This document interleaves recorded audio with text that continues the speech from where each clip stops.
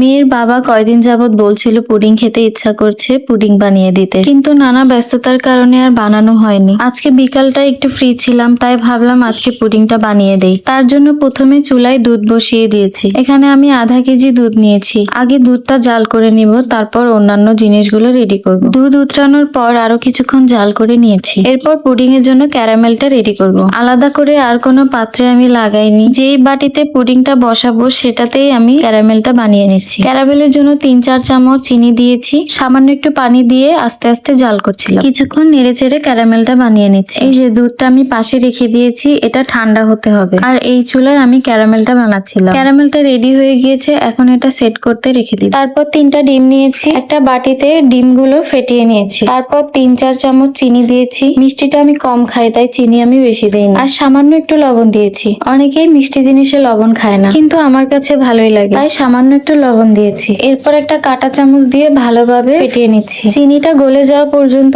আমি এভাবে ফেটিয়ে নিয়েছি। অন্যদিকে দুধটা ঠান্ডা হয়ে গিয়েছে। তারপর একটা ছাঁকনি দিয়ে দুধগুলো ছেঁকে আমি এই ডিমের মিশ্রণটার মধ্যে দিয়ে দিয়েছি। সবকিছু ভালোভাবে মিশিয়ে নিয়েছি। ততক্ষণে বাটিতে ক্যারামেলটা ভালোভাবে সেট হয়ে গিয়েছে। দুধ আর ডিমের মিশ্রণটি আমি এই বাটিতে দিয়ে দিলাম। তারপর একটা হাঁড়িতে একটা স্ট্যান্ড বসিয়ে বাটিটা বসিয়ে দিলাম। বাটিটা ঢাকনা দিয়ে দিয়েছি। তারপর হাঁড়িতে বেশ খানিকটা পানি দিয়ে দিয়েছি। তারপর বড় হাঁড়িটাতে ঢাকনা দিয়ে দিলাম। পানিটা ফুটে যাওয়া পর্যন্ত চুলার আঁচ বাড়িয়ে দিয়েছি। পানি যখন ফুটে গিয়েছিল তখন চুলার আঁচ মিডিয়াম করে দিয়েছি। এভাবে পুডিংটা প্রায় 30 মিনিটের মতন ভাপে দিয়েছি। এর ফাঁকে আমি একটু নাস্তা বানাচ্ছিলাম। আমার জামাই পাউরুটি নিয়ে এসেছে, তাও আবার ছোট সাইজের। তো কি আর করব, এই মিনি সাইজের স্যান্ডউইচ বানিয়ে নেব। পাউরুটি থেকে সাইড গুলো কেটে ফেলে দিয়ে মাঝখান থেকে কোণাকার করে কেটে নিয়েছি। স্যান্ডউইচ স্প্রেড দিয়ে আজকে আমি মিনি স্যান্ডউইচ বানাবো। তারপর এই সসগুলো দিয়ে দিলাম। এটা বানানোর জন্য আলাদা কোনো প্রিপারেশন ছিল না, এমনিতে পাউরুটি নিয়ে এসেছে তাই বানিয়ে নিলাম। এই যে মিনি স্যান্ডউইচ হয়ে গেল।